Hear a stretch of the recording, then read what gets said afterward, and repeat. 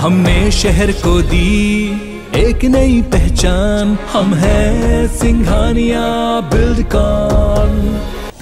कई दिन के ड्रामे के बाद आखिरकार इमरान सरकार गिर गई। पाकिस्तान के संसद में देर रात अविश्वास प्रस्ताव पर वोटिंग हुई और इसका नतीजा भी आ गया। इसमें सरकार के खिलाफ 174 वोट पड़े। वोटिंग में इमरान और उनके सांसद मौजूद नहीं रहे। सरकार गिरने का अंदाजा होते ही इमरान ने पीएम हाउस छोड़ दिया। पाकिस्तान में इमरान खान के इस्तीफा देने के बाद अब नए पीएम का नाम भी तय हो गया है। पाकिस्तान के पूर्व पीएम नवाज शरीफ के छोटे भाई शहबाज शरीफ नए प्रधानमंत्री होंगे। वहीं Bilawal Bhutto deputy prime minister बन सकते हैं। हालांकि नई सरकार के सामने कई नई चुनौतियां भी होंगी। रूस यूक्रेन जंग के बीच ब्रिटेन के प्रधानमंत्री बोरिस जॉनसन अचानक कीव पहुंच गए। यहां उन्होंने राष्ट्रपति जेलेंस्की से मुलाकात की। इसके बाद कहा कि मैंने अपने दोस्त जेलेंस्की को भरोसा दिया है कि वो खुद को अकेला न समझे। इससे पहले रूसी सेना ने यूक्रेन के मिरहोरोड एयरबेस पर अपने हथियार डिपो पर हमला किया था। आर्थिक संकट से जूझ रही श्रीलंका के खजाने में मात्र 5,000 करोड़ रुपए की विदेशी मुद्रा है। इस बीच श्रीलंका के वित्त मंत्री अली साबरी ने कहा कि उनके देश को लगभग 22,000 करोड़ रुपए की जरूरत है, जिससे कि इस समय स्थिति से निकला जा सकेगा। साबरी ने IMF से मदद की अपील की है। रूस यूक्रेन युद्ध के बीच भारत और अमेरिका के बीच अगले हफ्ते अहम 2+2 मीटिंग होने जा रही है। 11 से 14 अप्रैल के बीच होने वाली इस बैठक के लिए भारत के रक्षा मंत्री राजनाथ सिंह और विदेश मंत्री जयशंकर अमेरिका जाएंगे। रामनवमी पर भक्त बड़ी संख्या में भगवान राम की जन्मस्थली अयोध्या पहुंच रहे हैं। रामनवमी के अवसर पर लोगों ने अयोध्या के सरयू घाट पर स्नान किया। आज पूरे देश में रामनवमी का पर्व मनाया जा रहा है। कई दिन के ड्रामे के बाद आखिरकार इमरान सरकार गिर गई। पाकिस्तान के संसद में देर रात अविश्वास प्रस्ताव पर वोटिंग हुई और इसका नतीजा भी आ गया। इसमें सरकार के खिलाफ 174 वोट पड़े। वोटिंग में इमरान और उनके सांसद मौजूद नहीं रहे। सरकार गिरने का अंदाजा होते ही इमरान ने पीएम हाउस छोड़ दिया।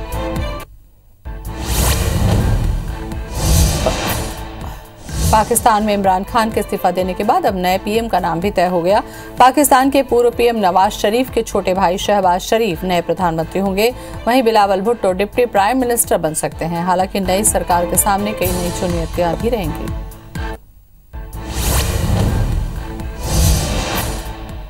रूस यूक्रेन जंग के बीच ब्रिटेन के प्रधानमंत्री बोरिस जॉनसन अचानक कीव पहुंच गए। यहां उन्होंने राष्ट्रपति जेलेंस्की से मुलाकात की। इसके बाद कहा कि मैंने अपने दोस्त जेलेंस्की को भरोसा दिया है कि वो खुद को अकेला न समझे। इससे पहले रूसी सेना ने यूक्रेन के मिरहोरोड एयरबेस पर बने हथियार डिपो पर हमला किया। आर्थिक संकट से जूझ रही श्रीलंका के खजाने में मात्र 5,000 करोड़ रुपए की विदेशी मुद्रा बची है। इस बीच श्रीलंका के वित्त मंत्री अली साबरी ने कहा कि उनके देश को लगभग 22,000 करोड़ रुपए की जरूरत है, जिससे कि स्थिति से निकला जा सके। साबरी ने IMF से मदद की अपील की है। रूस यूक्रेन युद्ध के बीच भारत और अमेरिका के बीच अगले हफ्ते अहम 2+2 मीटिंग होने जा रही है। 11 से 14 अप्रैल के बीच होने वाली इस बैठक के लिए भारत के रक्षा मंत्री राजनाथ सिंह और विदेश मंत्री जयशंकर अमेरिका जाएंगे।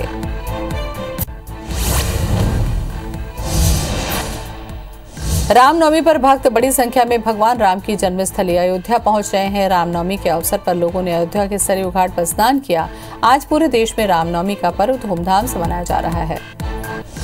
गुजरात के गठीला जूनागढ़ में आज उमिया माता मंदिर का 14वां स्थापना दिवस मनाया जा रहा है, जिसमें रामनवमी के अवसर पर प्रधानमंत्री नरेंद्र मोदी वीडियो कॉन्फ्रेंसिंग के जरिए हिस्सा लिए। इस कार्यक्रम में मुख्यमंत्री भूपेंद्र पटेल ने भी हिस्सा लिया।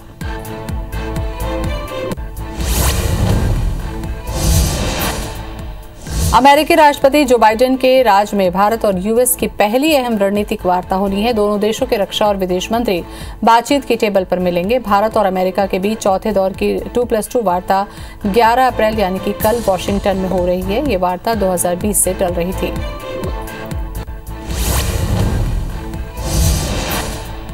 जम्मू कश्मीर के श्रीनगर में आतंकियों और सुरक्षा बलों के बीच मुठभेड़ हुई, जिसमें जवानों को 2 आतंकियों को ढेर कर दिया गया। कश्मीर IGP विजय कुमार ने इसकी जानकारी दी है। श्रीनगर में मुठभेड़ जारी है।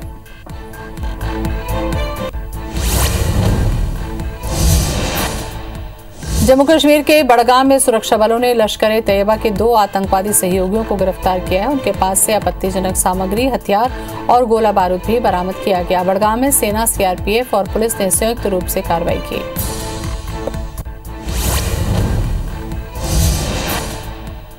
भारत में 24 घंटे के अंदर कोरोना के 1054 नए मरीज सामने आए, जबकि 1258 लोग डिस्चार्ज होकर घर लौटे। वहीं कोरोना संक्रमण से 29 लोगों की मौत हुई। देश में कोरोना के एक्टिव केस 11,132 हैं।